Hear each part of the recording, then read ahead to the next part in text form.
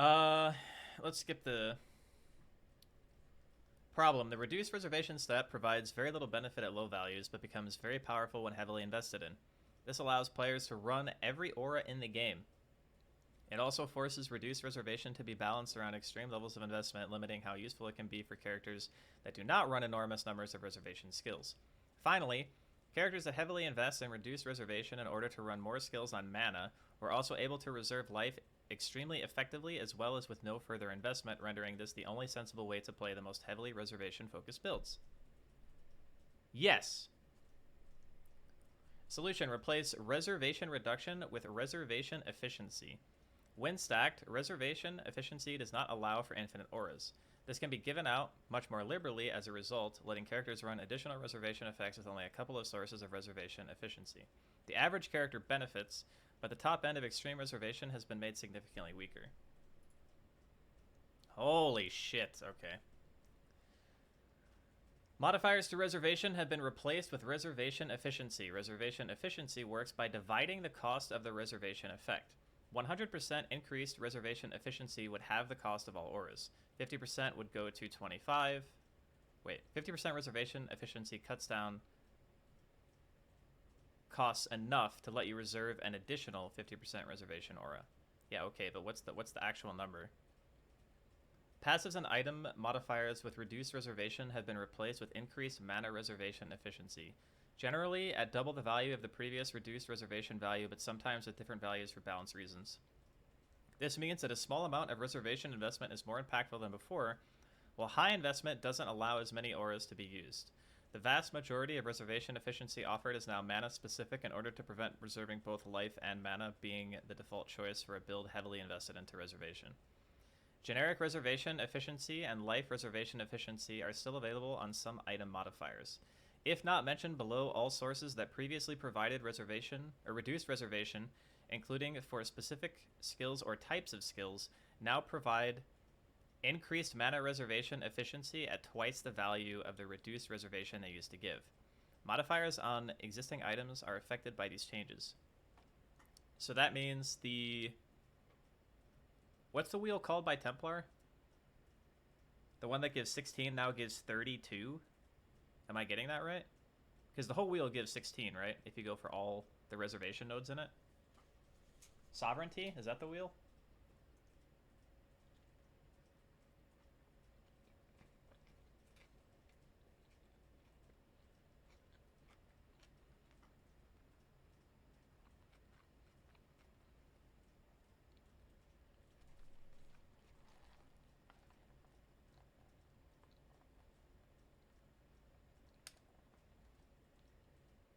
I mean, this is a good power creep for all the average characters.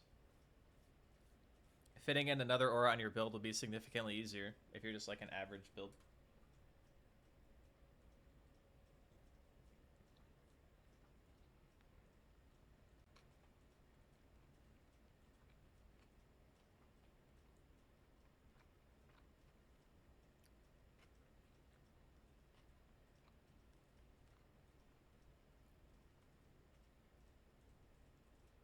All right.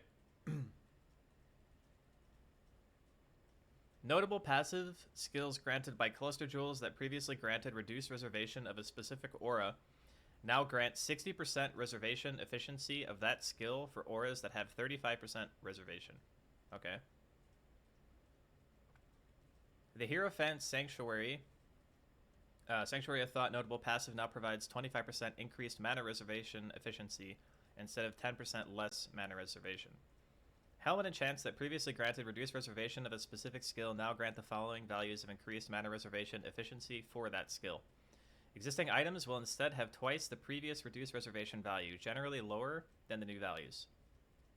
Enchantments for skills that have 50% base reservation now grant 20 to 30% increased mana reservation efficiency.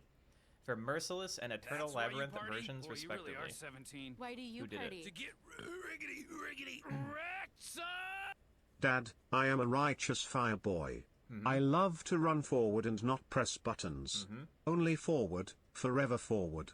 Bright burny circle make crumbly dust of enemies. Yep. Is it our time? Yep. It feels like it's our time. Yep, cock. Yep, cock.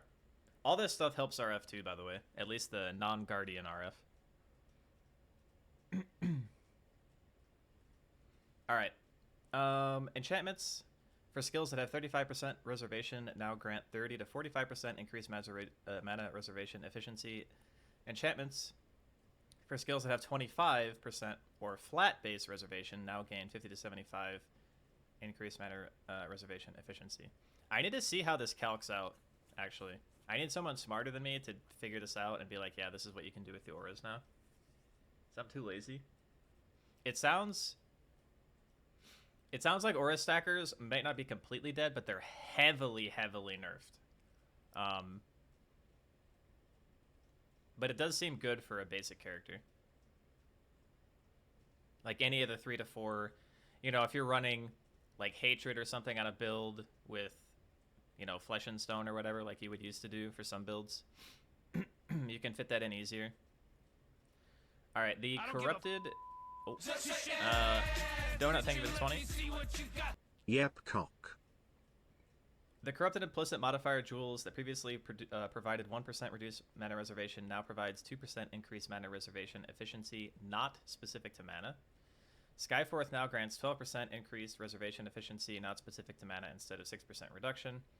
Hiri's Truth now grants Precision has 100% increased mana reservation efficiency, instead of Precision has 50% less reservation. This change also applies to existing items. Replica Hiri's Truth now grants Hatred has 100% increased mana reservation efficiency, instead of 50% less reservation. Essence Worm now grants 80% reduced reservation efficiency, not specific to mana, instead of 40% increased reservation. So you can actually, like, maybe offset Essence Worm a bit easier now, right?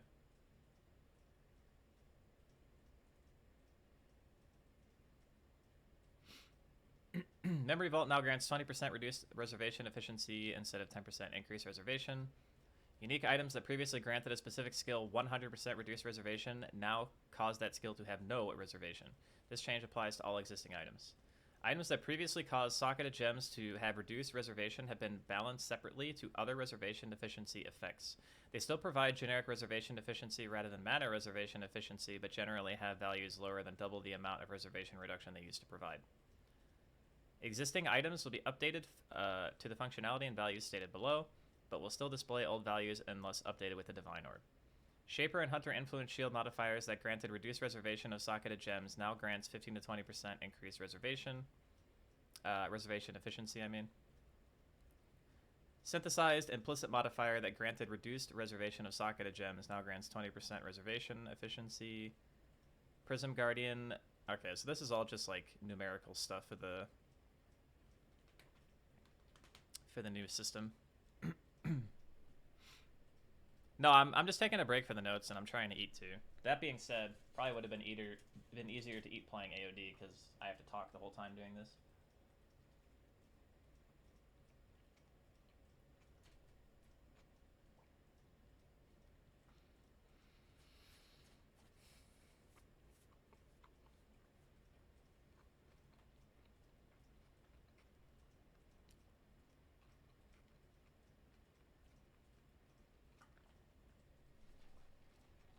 Just mukbang it.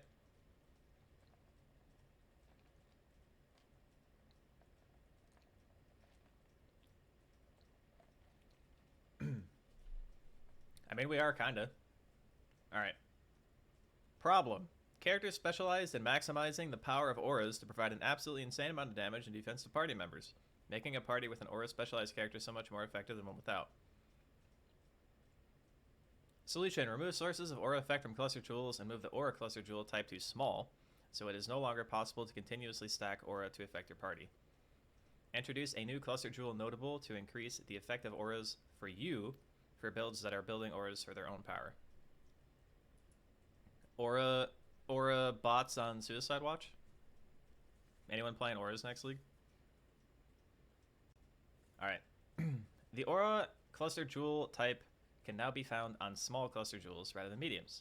This makes it more costly and less impactful to stack large numbers of aura cluster jewels. The small passes now grant 6 reservation efficiency instead of increased aura effect. Oh god, they are shooting it. It is shot. Shot dead in the streets.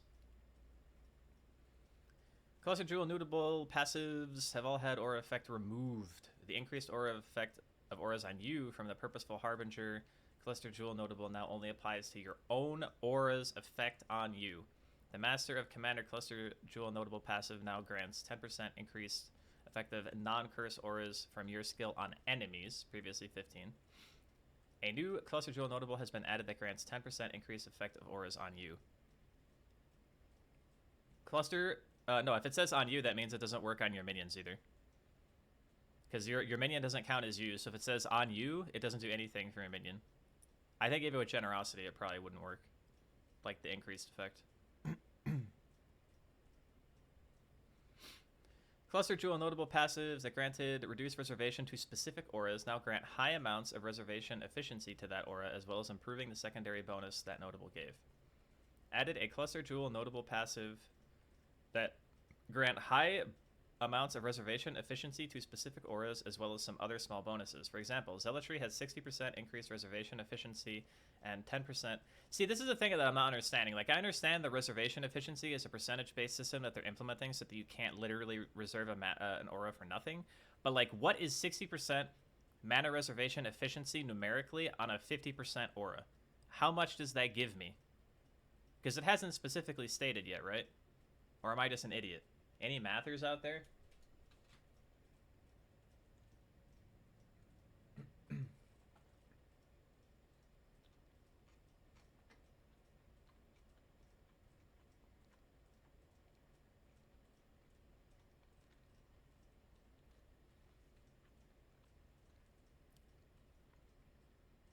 Yeah, like it's saying reserved efficiency, but like there's no way it goes from being like 60% increased reservation efficiency seems like it would take the aura from like 50 to what would it be?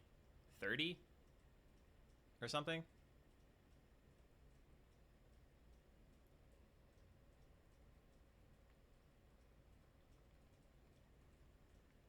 Like, am I doing that math right? Because that kind of sounds insane.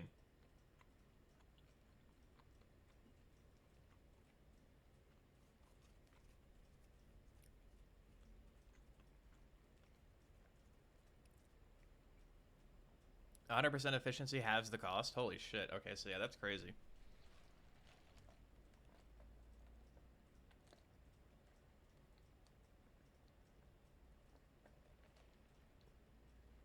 So then does 200% make it free? Is that how it works?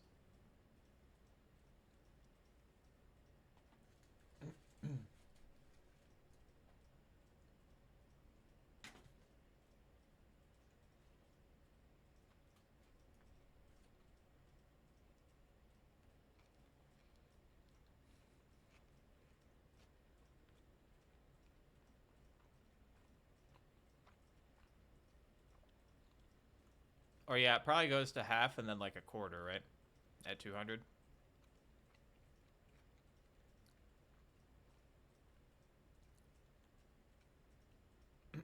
Yeah, okay, I get it. So it's 100%'s half, 200's a quarter, and then 12.75 or whatever it is.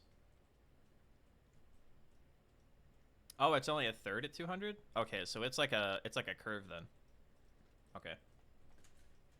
So 100 is basically like the sweet spot then.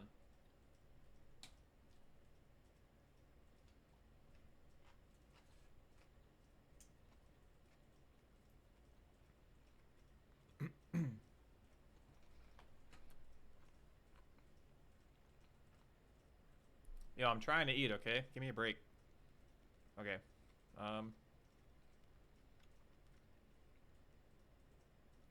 We read this. Jinx Juju now provides 5 to 10% increased curse effect and 5 to 10% increased effective non-curse auras from your skills. Okay. Juju is a pretty good item still, huh?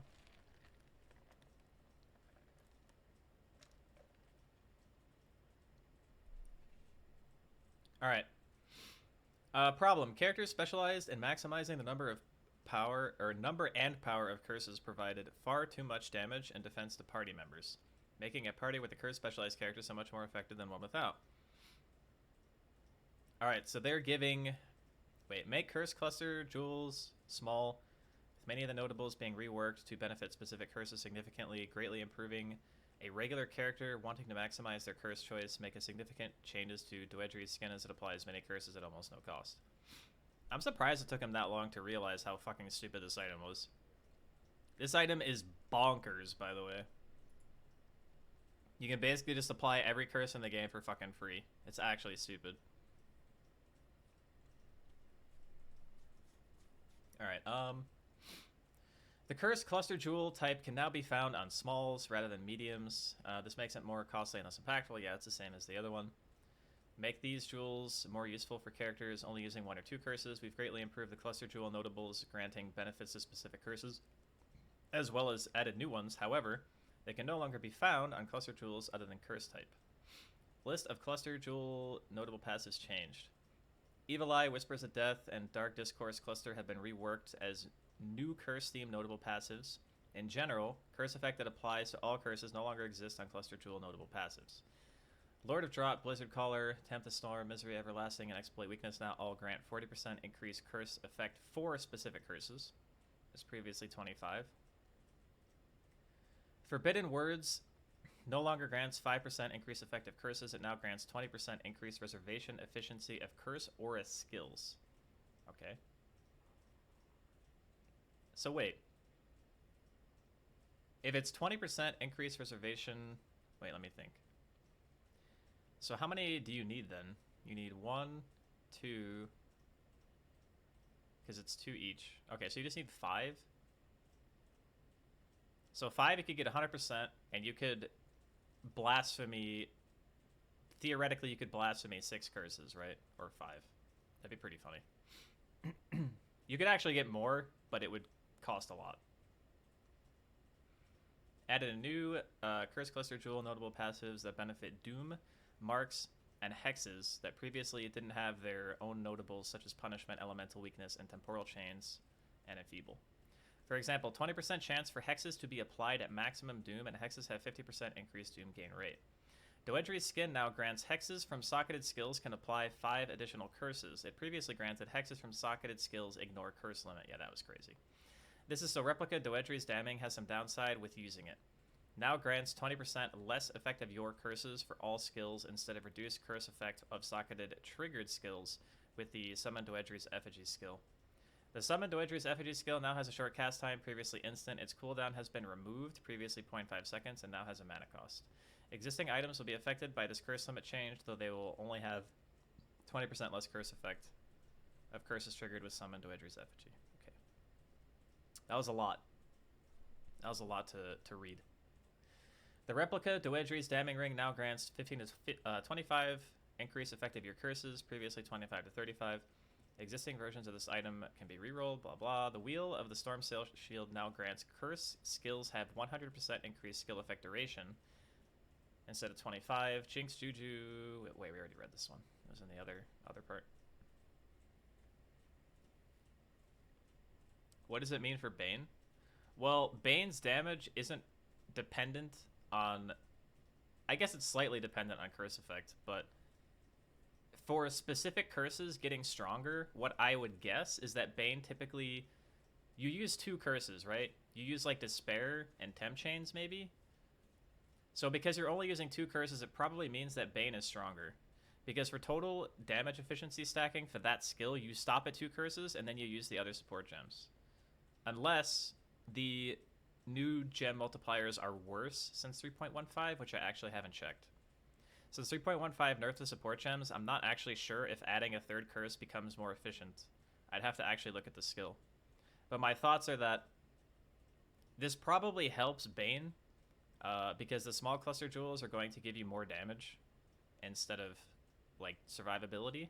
And since they're kind of giving out a lot of free ES, and Occultist is probably going to be pretty solid for this league, Bane is probably going to be decent. Like, I would say, maybe not, like, full, like, S tier meta, but, like, maybe, like, A tier.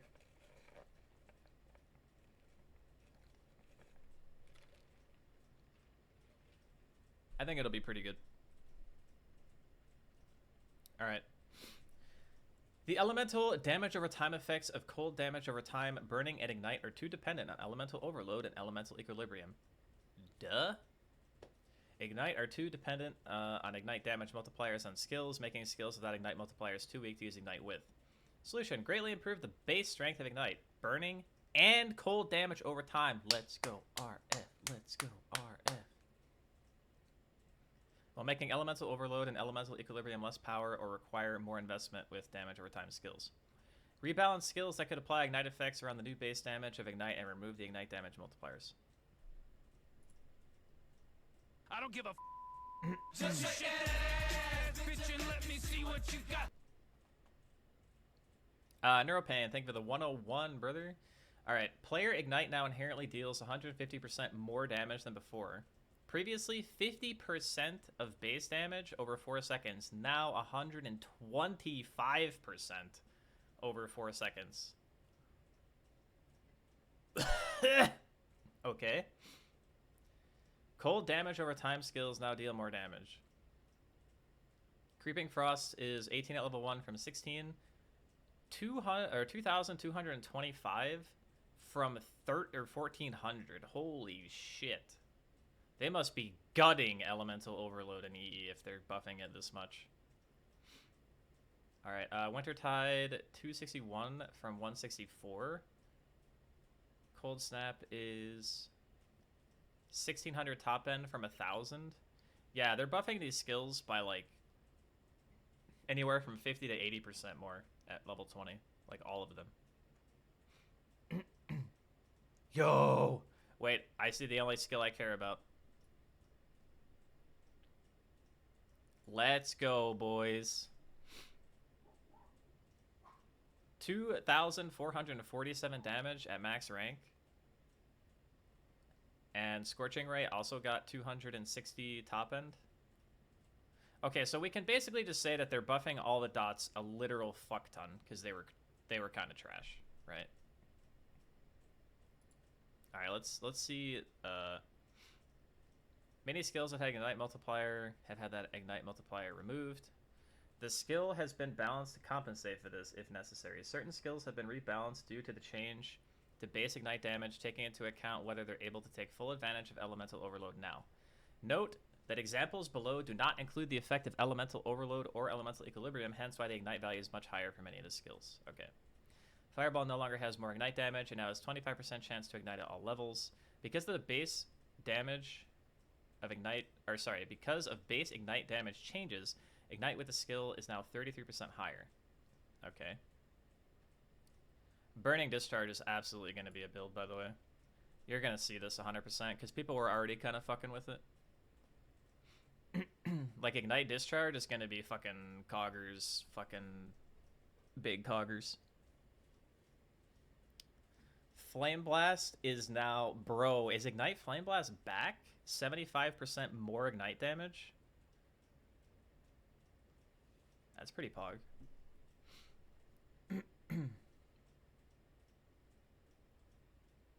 It received a harsher damage loss because it still works very well with Elemental Overload. I wonder if Elemental Overload is just like successive hits now. I'm really curious to see what that says, or what that is. Alright, all this shit we can just say it's all buffed. All this shit's buffed. Okay, we don't care. Let's read EO. The Elemental Overload Keystone passive now gives more hit and ailment elemental damage to skills if they crit in the last 8 seconds. This means that you can't use a second rapidly hitting skill, making a small amount of critical chance investment much more important to skills taking advantage of Elemental Overload. So the skill that you're dealing damage over time with also has to crit, right? That's just a small nerf, honestly. It is gonna suck for like the RF Scorching Rays because they can't crit because they don't have a hit, so they can't actually get EO. But for like Fireball, you know, whatever hit-based build like EA, that kind of stuff, it's gonna be really good. Bro, why do they hate RF? Even when they buff RF, they still nerf it. God damn it, Chris.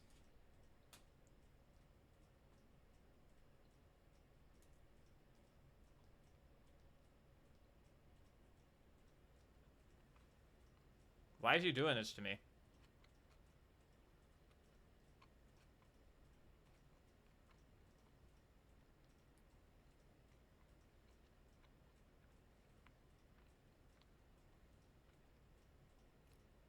I do think RF is still good, yeah.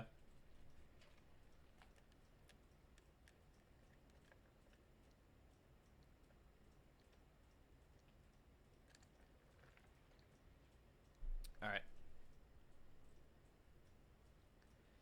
The Elemental Equilibrium Keystone passive now applies 25% exposure of the elements not hit with. Removing exposure of the elements you hit with. It's now an easy way to apply a strong exposure effect rather than a huge damage boost that we balanced elemental damage over time skills around. Some other skills have been reviewed because of these changes. Okay, so EE is just... EE got nerfed by like 25%, but it still works for RF because you can Orba Storms anyway. Like, it's fine. You're just not going to get EO. Alright, so let's read.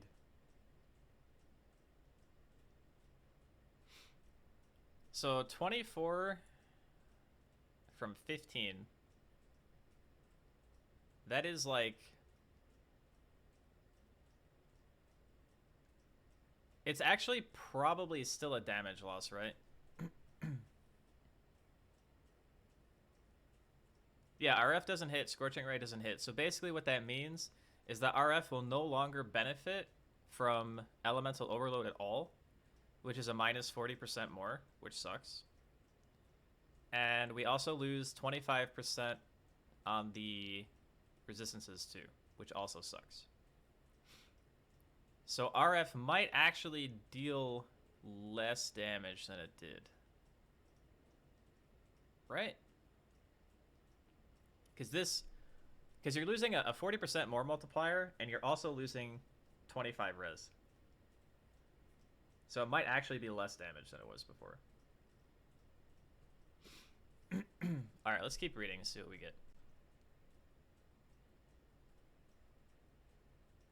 Yeah, it's like 60% base damage, but the scaling is worse, right? Because losing a 40% multiplier, I don't know how the fuck you're going to get better scaling. Maybe they added more shit on the bottom. We'll be looking at pure elemental minions to determine what changes are needed here. We moved Elemental Equilibrium Keystone passive to the Ranger section of the passive skill tree. Okay, so you just don't get EE at all. Alright, so you just lost minus 50 res and 40 more damage. More options have been added to damage over time builds on the scaling tree and passive items, raising the top end damage over time for well-good characters. There are now 5 tiers of the global damage over time multiplier suffix modifier that rolls on all weapons, going up to 26% on one-handers and 45% on two-handers. Alright, so they added that for the one... Wait. There are now 5 tiers of global damage multiplier suffix modifier that rolls on amulets as part of their base modifier. What? Alright, so here's some damage that we get back. So this is a more multiplier that's being given to us. Why the fuck did they put EE in Ranger? That's so toxic.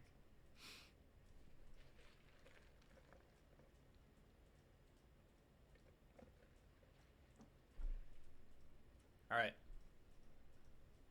Influence modifiers on rings that had a chance to ignite, freeze, and shock, as well as some flat damage, have been changed. They no longer provide a chance to apply the ailment, but provide a lot more added damage instead. The fire version rolls up to 30 to 54 damage against ignited enemies. Cold version rolls up to 48 against chilled. Lightning is 86 against shocked.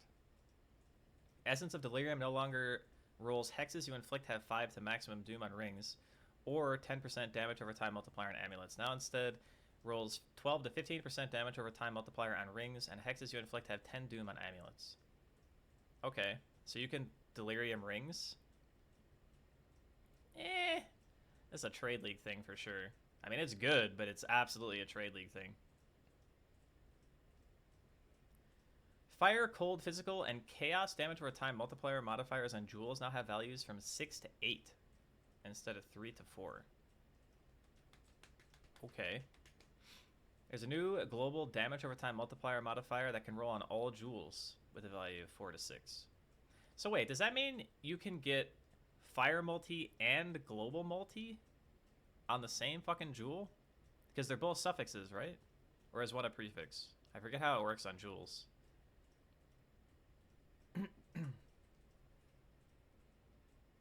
Any jewel experts? I want to say dot multi was actually a prefix. Like chaos dot multi was a prefix, right?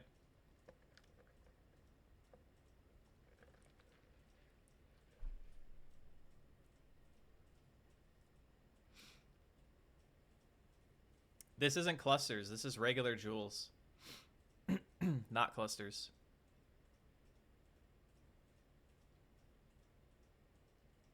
They're talking about Viridian, you know, fucking Cobalt, Crimson. Not clusters. Cold dot's a suffix? Okay. So if those are both suffixes, that means you could theoretically roll a double dot multi life jewel. God damn. That's pretty sick.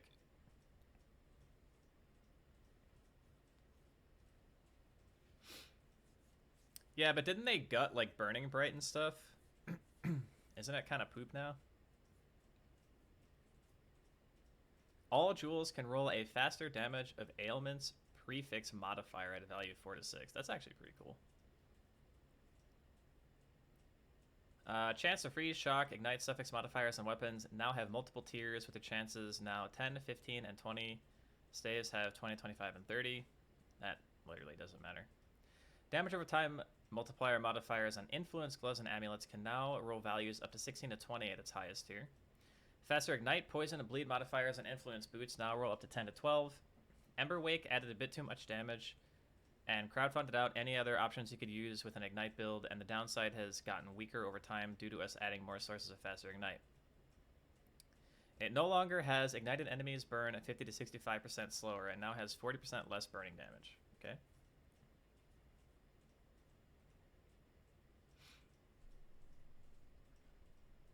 Problem. Burning Arrow is too complex for a level 1 skill.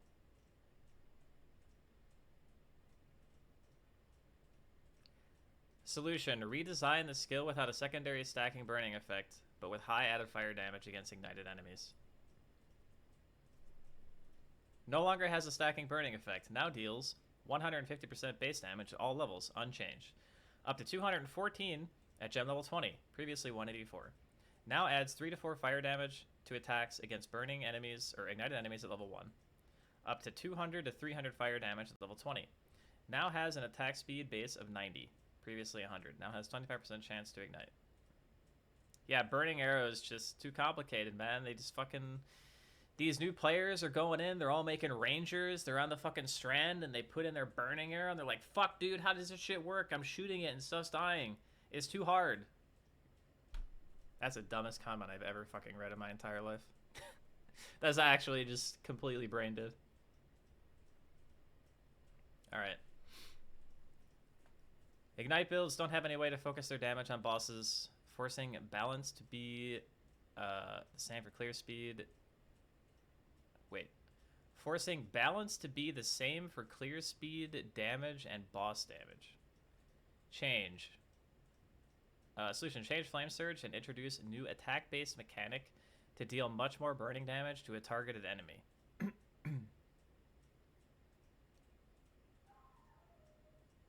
Should I even try to understand what they're saying here?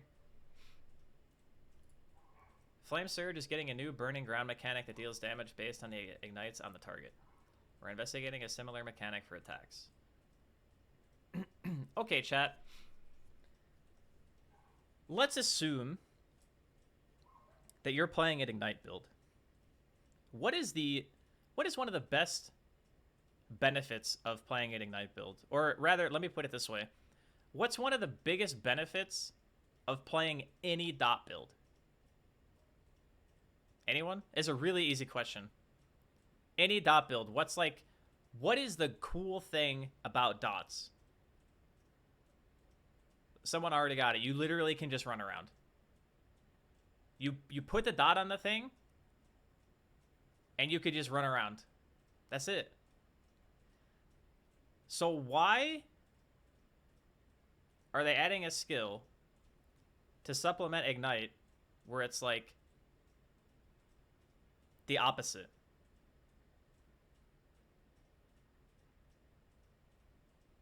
You know what I mean? Like, I get that it would probably be too OP to have an ability that just did an insane amount of damage. You could run around forever. Cough, cough. Forbidden Right totems. Cough.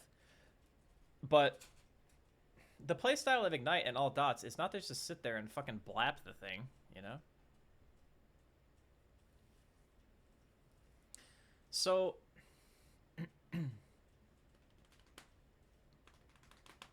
know what I'm thinking, chat? Let me see something really quick. So I'm thinking something. Okay, follow me here, chat. Follow me here for a second. Where is it?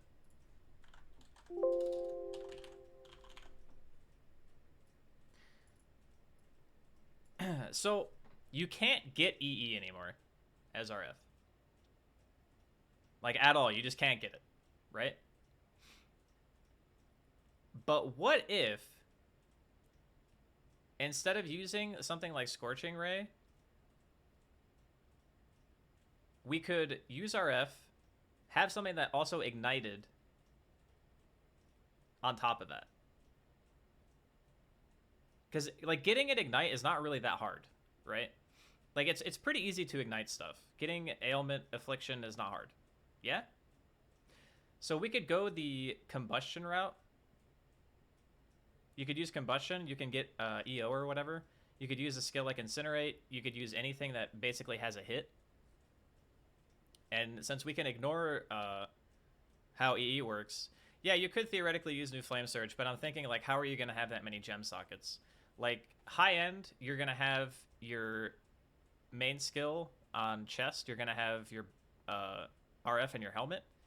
And then you're not going to have... I mean, you could do, like, gloves, I guess, right? For, like, Flame Surge or something. It's a lot of buttons, don't get me wrong.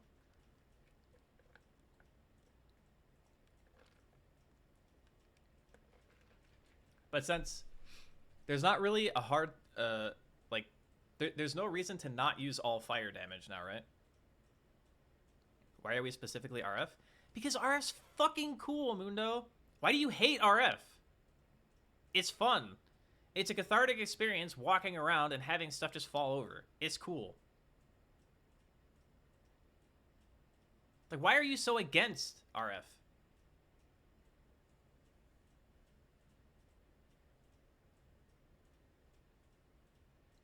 What's this do for Deathsoth? Deathsoth is chaos damage, so it's pretty much unaffected by the EE and EO changes. And I didn't read anything specific about Deathsoth anywhere. Yeah, there's no Deathsoth changes, I don't think. So...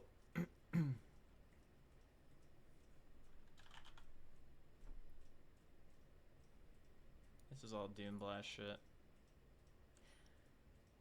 Deathsoth did get buffed because of this.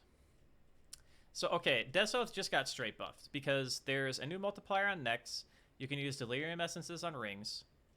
And the high end of Deathsoth is going to deal more damage, right? You're going to have more investment costs, but you're also going to have more high-end output, like just straight up.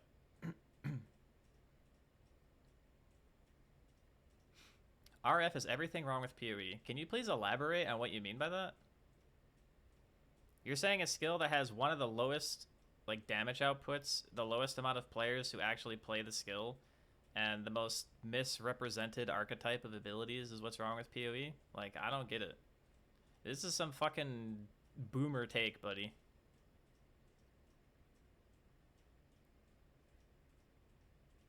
Like, okay, I get it. One guy who played RF that you knew was a butt. You know what? You're a butt. How about that?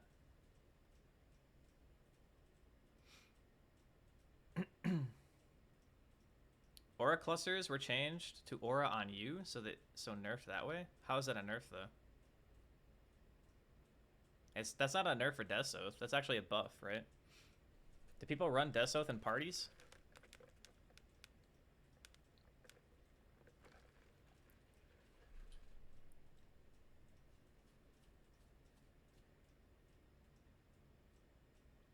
I'll say this. I'm probably going to League start RF. And I'm probably going to do some weird shit like RF plus Incinerate or something else.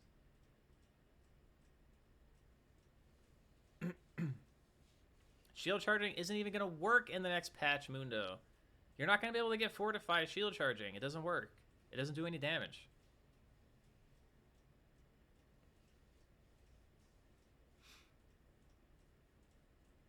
Like, yeah, you might still use it to move around, but you're not going to get fortified with it.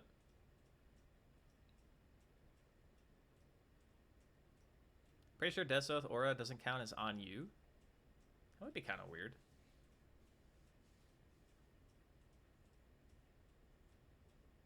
Because you're, like, because you have the debuff, right? Every time you kill something, or is that not part of the aura? Maybe that's just a separate mod. Maybe that's why I think it's on you. Yeah, that could be it. I want to see what the new Flame Surge stuff is.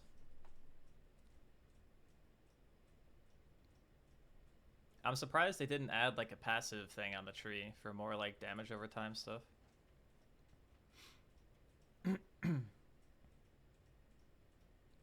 Same as Pride and offensive banners. Yeah, it could be. I've never actually played Death Oath.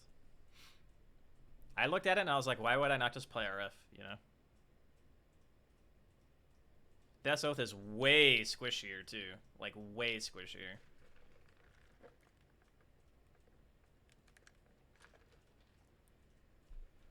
What's up, Masha? Okay. Well, this is pretty interesting. Chieftain? I'll probably be playing Inquisitor or Elementalist. Kind of leaning towards Inquisitor right now. Maybe Elementalist? I don't know.